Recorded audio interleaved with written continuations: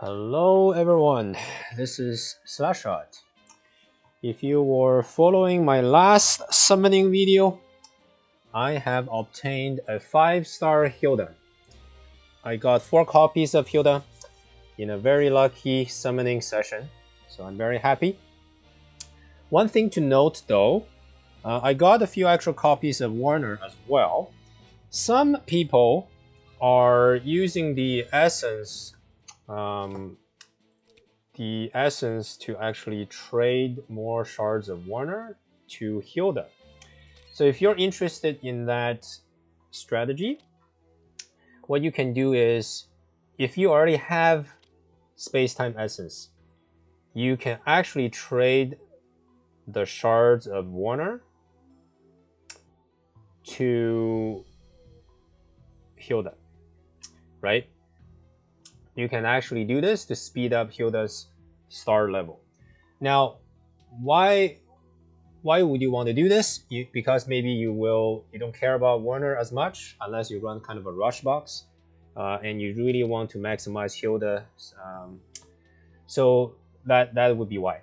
How do you get more space-time essence? You could actually, for example, on this banner right now, I have all these units at 6 star. So actually, I could just summon. I have an 80% chance of summoning either of these 3, and that will give me a time space essence because I already have 6 star everyone here, right? But you get 50 shards of them that are wasted.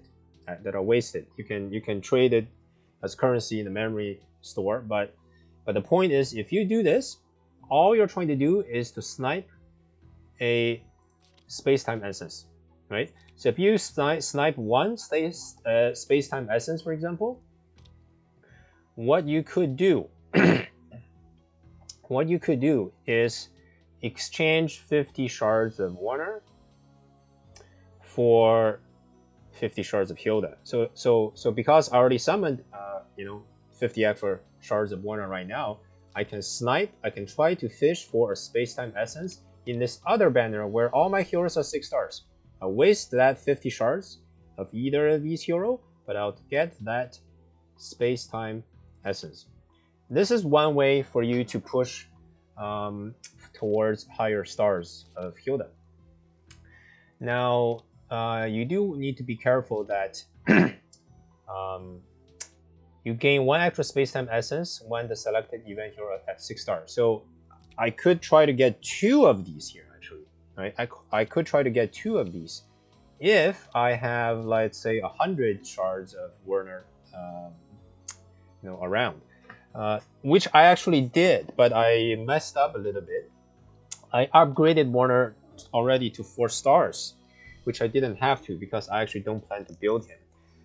So if I actually left his other 50 shards, I would have 100 shards of Warner right now.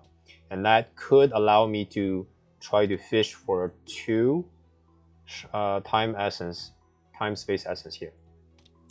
It could be quite wasteful though, since I'm not in rush to 6 star Hilda. If I do change 100 shards of Warner to 100 shards of Hilda, that means I only need 35 shards to shard Hilda to 6 stars, and that takes exactly 12 days, right? So 12 days would mean, today is the 11th of March. 12 days would mean 23rd, on the 23rd. So it's actually, some people can do this to get 6 star Hilda before playoff. Playoff is the week after, so March 27th is playoff. So people can actually just do that, right? Get exactly 100. Get 4 copies of Hilda, exchange 2 Warner to 2 Hilda, then you just need to shard 35. The Gate of Fate unlocking will give you 15 shards, and you can shard up 35 over 12 days to be ready for playoff. That's one option. I don't really care too much, to be honest, but I probably should not have upgraded Warner anyways. Right? For example, there is another banner coming up. There's a Sigma Zerida banner coming up. next week, right? I do want to summon a single copy of Sigma. So I might get, let's say, a Sigma, and then let's say I get 50 shards of Zerida before I get Sigma. Then I will have a Timespace Essence from summoning the Zerida, because my Zerida is already 6 stars. So I could use that Timespace Essence to trade 50 shards of Wonder towards Hilda. But because Sigma is actually really good, because SP Sigma is coming next Thursday, and I don't have Sigma yet, and he also bond blocked many of the units in the Myth faction, I believe. So it's not worth it, actually. Right? I would rather have Zerida's shards exchanged to Sigma, because I will eventually want to build up SP Sigma, right? And I need to spend 4,000 crystal, up to 4,000 crystal for Sigma's heart, SP heart material, or whatever the material name is. But anyways, the trick is, if you don't plan to use any hero immediately, save their shards and don't upgrade their stars, just in case you run into the situation of where you may want to exchange with this space-time essence towards another hero. Anyway, so I've spent enough time talking about this exchange trick. Now let's do the unblocking of the bond. Sorry, I already unlocked all the bonds. I cleared her gate of fades with the help of Warner for the 4th gate, and then with the help of Florentia for the 5th gate. So she is fully bonded now, fully bonded. I have decent arena stones, not the best. This is kind of shitty here. You know, it's not the best. I have to work on this still. Running a bit low on resources. And then she has an extremely good selection of soldiers: Temper Knight, Royal Cavalry, Crystal Motor for anti-mage, along with Thorn. Probably you won't use Stone Colossus. I would guess in most situations you end up using Crystal Motor, because there's likely a mage on the other side, unless you bend them. And versus SP Elven, you might want to use Crystal Motor over Stone Colossus anyways, because there's higher magic defense. There's Phalanx. I think she seldomly used Phalanx. Right, so Temper Knight also good, but I doubt she will ever use Temper Knight against single target mages, because you want to reflect damage along with Thorn. So you Crystal Motor it is. When do you want to use Temper Knight? I don't think you would ever use Temper Knight on her. Not even versus Unicorn.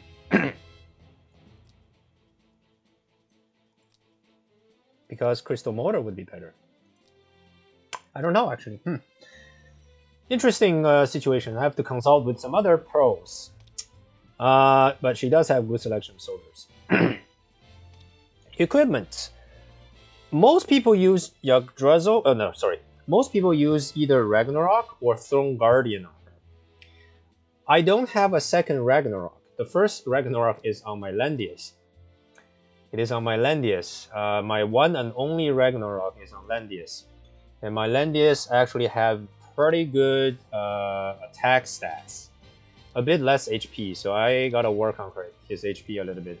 He's only 17k HP in combat in PvP. I kind of want to push it to 18k. But right now I have a lot of attack. This one has no HP. This one has very good attack but no HP. This one has very good attack. So I actually have plus 380 attack with the blood pack. That's crazy, right? That's crazy. So I actually one-shot the Lolly Jessica using Landius in a late game scenario, because Rag breaks the 100% HP effect with the Temper Knight charge. So Hilda, on the other hand, won't likely one-shot on Airface. Like, she doesn't have plus 20 attack that Landius has. She does have a reactive attack increase when entering battle through melee attack. So you can bring this, actually, which works when you attack. Now she has another 1C that increases attack through range 1, when forced into battle through a range physical attack. But it's forced into battle, so it's not when you actively, well, you can't actively range attack anyways. Most people won't bring this though. This one's super strong, right? If Ares, for example, come into attacking, Unless the Ares has gospel, you actually disable their weapon skill. So that 10% attack from Ares weapon is disabled. Right off the bat, the Ares is not gonna one-shot your Hilda. There's no way. And Hilda actually blocks the first crit. Right? It blocks the first crit here. It's just insane. Extremely strong tank versus single target. Right? And with Thorn and Blood Pact, if Thorn triggers, 30% chance to reflect 50% damage, along with Crystal Motor. Right? Along with Crystal Motor, she will reflect another 30%. So the whole unit reflect 80% damage. That mage is dead, no matter what. The mage is just dead to the damage reflection because there's so much HP on Hilda. Right? 80% damage is enough to counter kill. So she counters single target melee, counters single target mages. She also is extremely annoying versus assassins because it blocks a crit for friendly allies within 3 block. Wait. I thought it's 2 block at 5-star. Oh no, it's already 3 block at 5-star. Wow. Very usable at 5-star. Right, so if assassin rely on crit, it's not gonna crit your unit near you. And that might mean a no kill for a crit based assassin. So she is really giving some single target box trouble. And lots of people will first ban Hilda. But if you run AoE, you'll probably still first ban Rosencio. Anyways, so now she will rock the meta this weekend. We have very high HP enchant right now. So I'm forced to use Yggdrasil. As mentioned, you'll see that our buddy here, you runs Throne Guardian, and look at that stat! Oh my god, this is 42% HP enchant on this. It's just insane. Godly enchant. Godly enchant. Very high HP. Right? And Throne Guardian also has more attack. But they give more attack and HP. This 5% HP is huge. Right? It's huge actually. Because the base is high. Base is already very high. The other way is to run Ragnarok. It seems no one's running Ragnarok right now. Most people just doing HP build with Throne Guardian. Yeah, because like she likely won't really counter kill as hard as Landius. I mean, she doesn't do as much damage on player phase compared to Landius, because Landius has a plus 20% attack. And she has a conditional 15% in melee. Wow, Elise, wow, my god. Wow, very good enchant on these people.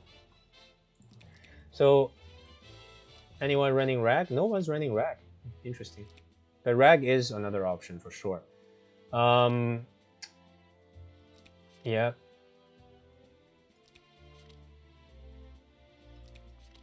Well. So, Peacemaker. I don't know about Peacemaker, to be honest. I think Yggdrasil is just as good because the like if you don't care about passive disabling, Yggdrasil ignores 15% enemy defense, which usually more than makes up for the lack of 10% attack. And I get extra defense. But versus Throne Guardian, I lose 5% HP. There is a little bit less attack here. So,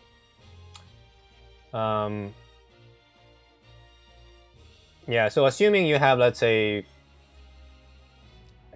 let's do the math here real quick, right?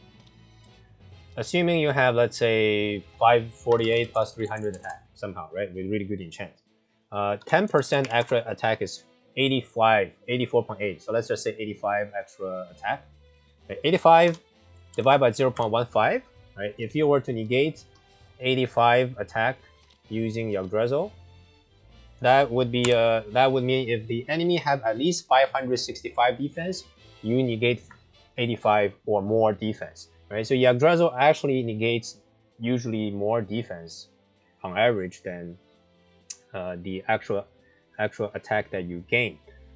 There is, however, a base. There's a base difference. It's 85 here versus 118. Okay, so 118 minus 85 is 33 extra. So if you use 33 extra plus that 85 extra attack from the 10%, roughly speaking, 118. That's actually a lot of difference in attack. Huh. Yeah, that's quite a bit, eh? It's quite a bit. But divide by 0.15, it means if the opponent have 786 defense. Wow, that's actually very tanky. So unless you hit into a tanky units, if you the Yggdrasil actually deal less damage, right? But if you attack into high defense units, Yggdrasil, like if the opponents have 786 or roughly 800 defense or more, Yggdrasil actually deal more damage to the opponent. Very interesting. I'm not sure if this also applies to the whole enemy unit, which I believe is the case. Then would my soldiers also do the same? I don't know. Actually, I'm not sure.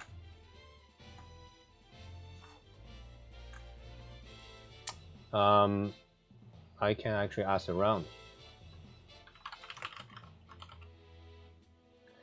I can ask around.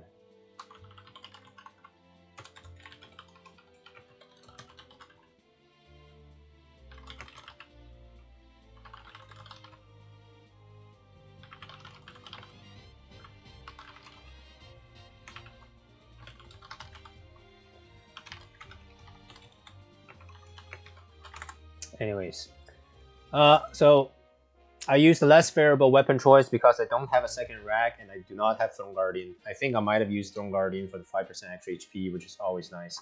So my enchant is not too bad. I threw a bunch. I threw a bunch and I got pretty lucky with 200 enchant or something. Is it 200 enchants? I can't even remember. I used some packs, right? So I got pretty lucky here. I got another 15% HP here. This is like 15% HP, decent defense. This one is a bit lower.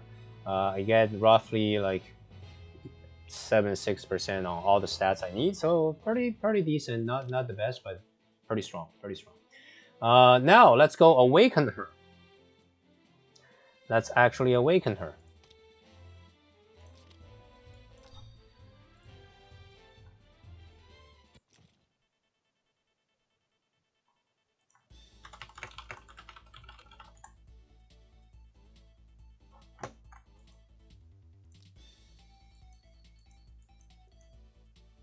Okay, I guess we'll just use this soldier.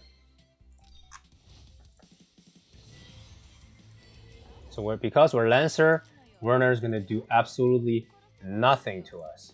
We don't have to do anything here actually.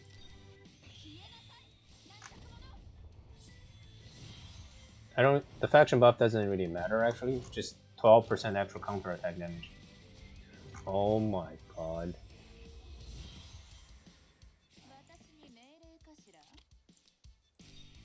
Whatever, doesn't even matter. Let's Florence shall come and attack me.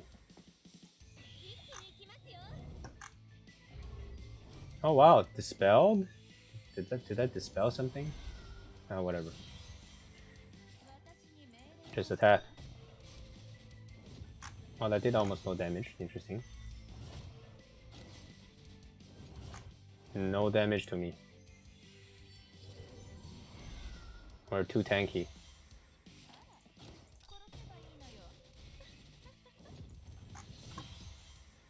Wow, this is too strong.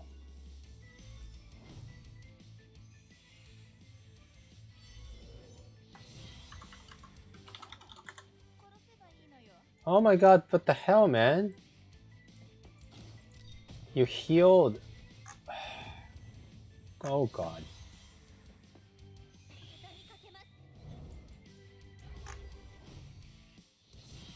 Okay, please just die now.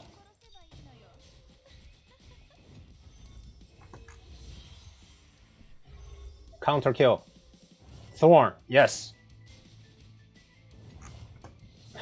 no damage. It's just tanking through. Too strong. Wow, she's too strong with Crystal Motor.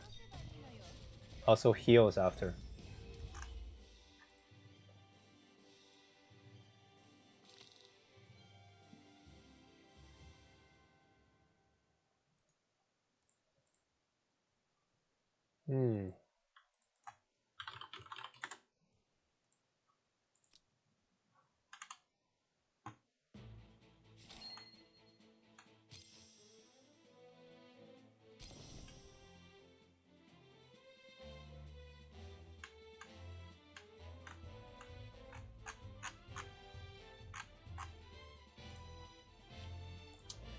So we're gonna awaken her, and her 3C is really strong.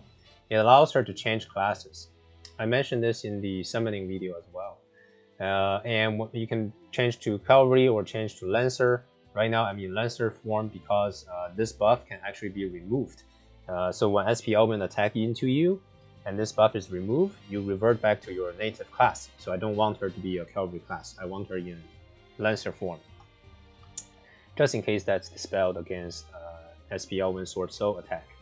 Now, the interesting thing is if you are in a Cavalry format, the enemy takes bonus damage like as they move towards you. So if let's say Ares charge into you from more than 5 range away, the enemy is gonna take 50% extra damage. That's insane. It's gonna counter kill them. That's just insane. The other one is bonus damage against infantry. The other one is sorry. When you change to Lancer class, before being forced into battle, the enemy take extra damage, right? So you likely do this, and enemy takes bonus extra damage for every block they move before entering battle. And then otherwise, if you're facing infantry, maybe I don't know, like Deedlit, infantry Yulia, also infantry Reen, and you want to take less AoE damage, you change her to Cavalry, and then she would deal increased damage to infantry.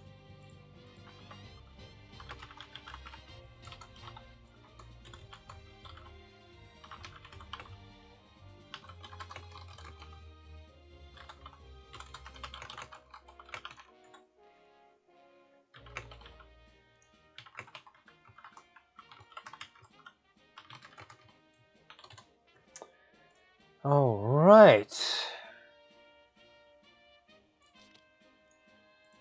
Let's awaken her.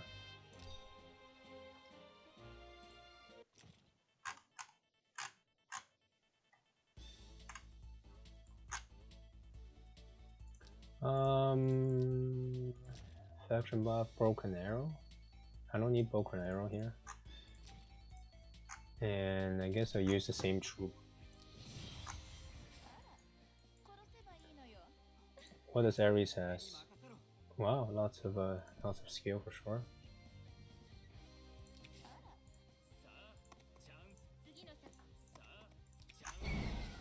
Woohoo! Faction buff here. I'm just gonna let them attack into us.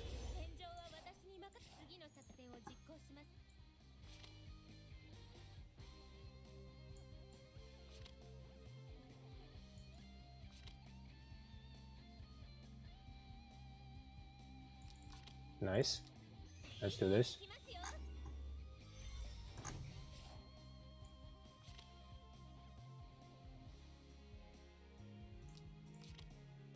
Nah, whatever. We might be able to act again later. So Ares is gonna rush to basically his death.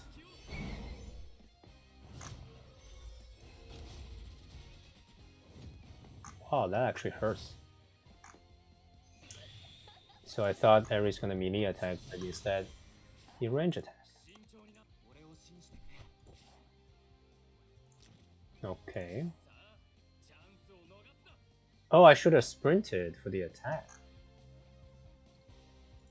No, whatever. Let's do that.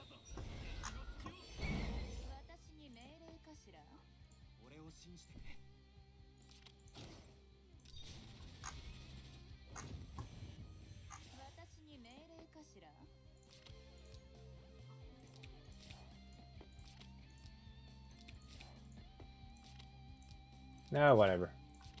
Doesn't matter.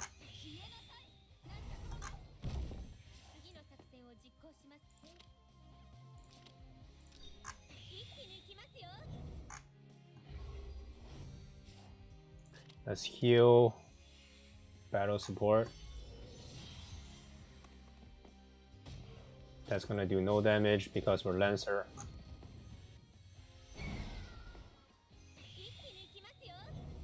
That hurts a little, for sure. Okay, that healed Ares, and Ares gonna hopefully die to counter here. Oh my god, Ares killed our first life. Dispelled all the shit. Jesus Christ. Okay, no more mercy.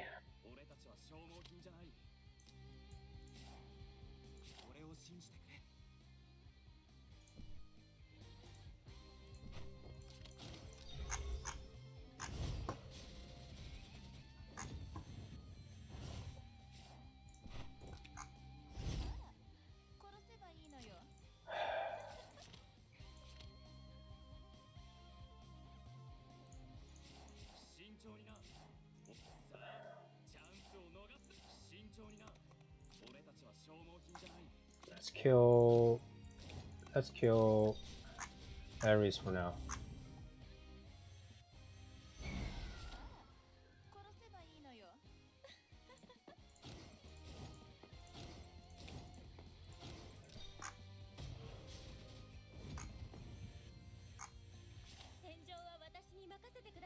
That sucks.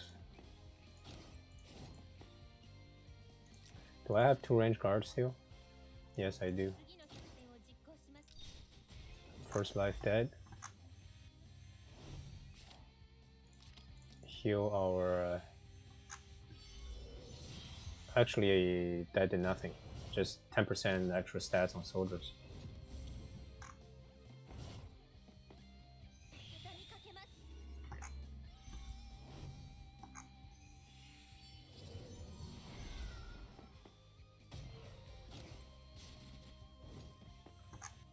Okay.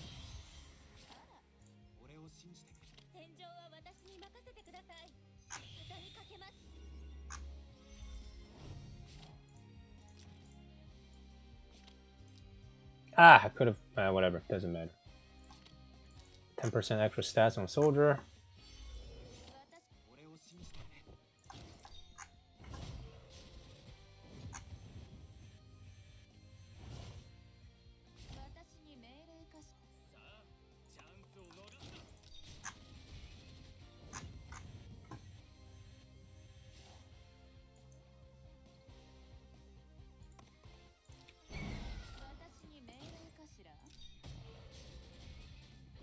Oh my god, I should have used Ares just to attack her, I guess. Messy fight, very in here. Oh my god.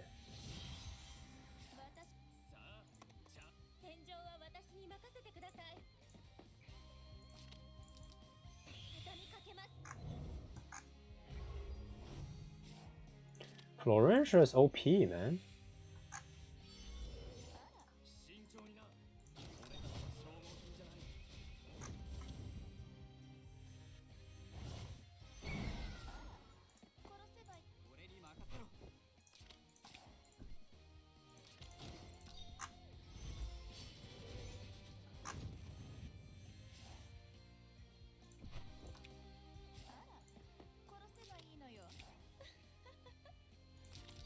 Yeah, whatever, faction buff.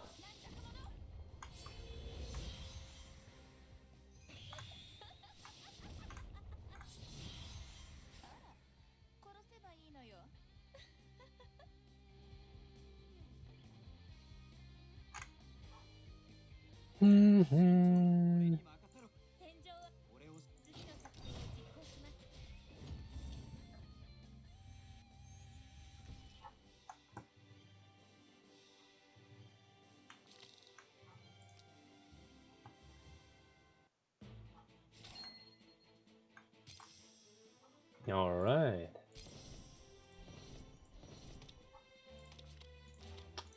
Now we're going to do some work. She's always going to wear the 3C.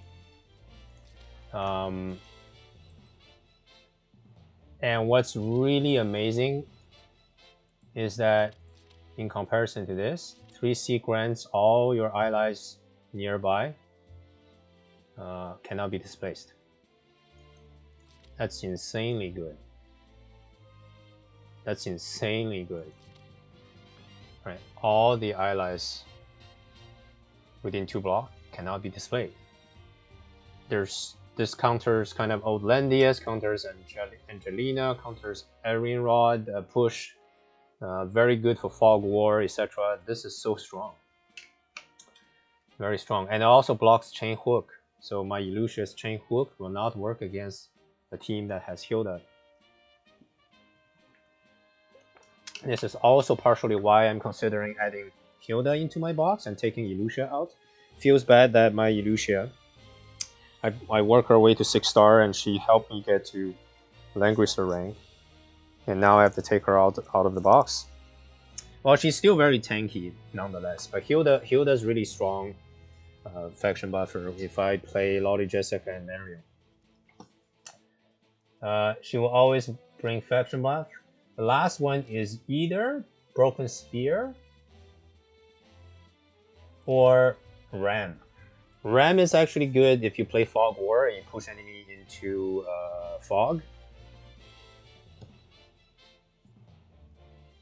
After they moved. Alternatively, you bring, if you have Sophia or someone else to buff, you can bring this one C and bring Route, and you can stun them and also push them out.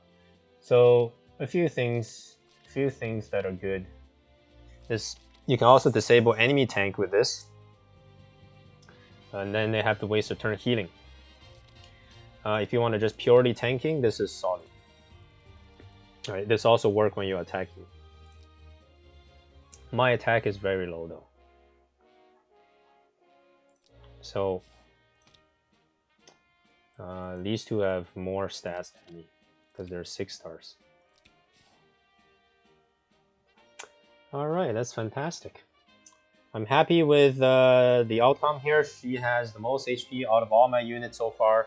At 5-star right now, if I do the math, these two, 5122 plus 5854 is 10,976.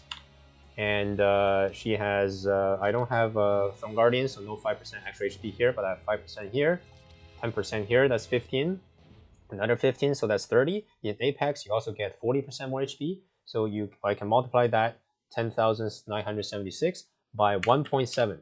And that means I have 18,659 HP. And I also add the 392. I have 19,051 HP. 19,051 HP in combat. With Throne Guardian, you can push to like 20,000 HP. Right, because that 5% will give you very close to 20,000 HP. And I'll get a bit more as well from another level up. So my Hilda is 19,000 HP. My Illusia have 18,000 HP. My God, look at that! Holy!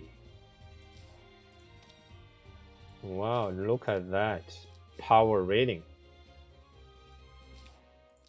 Well, HP dominates power. So 19k HP, 18k HP,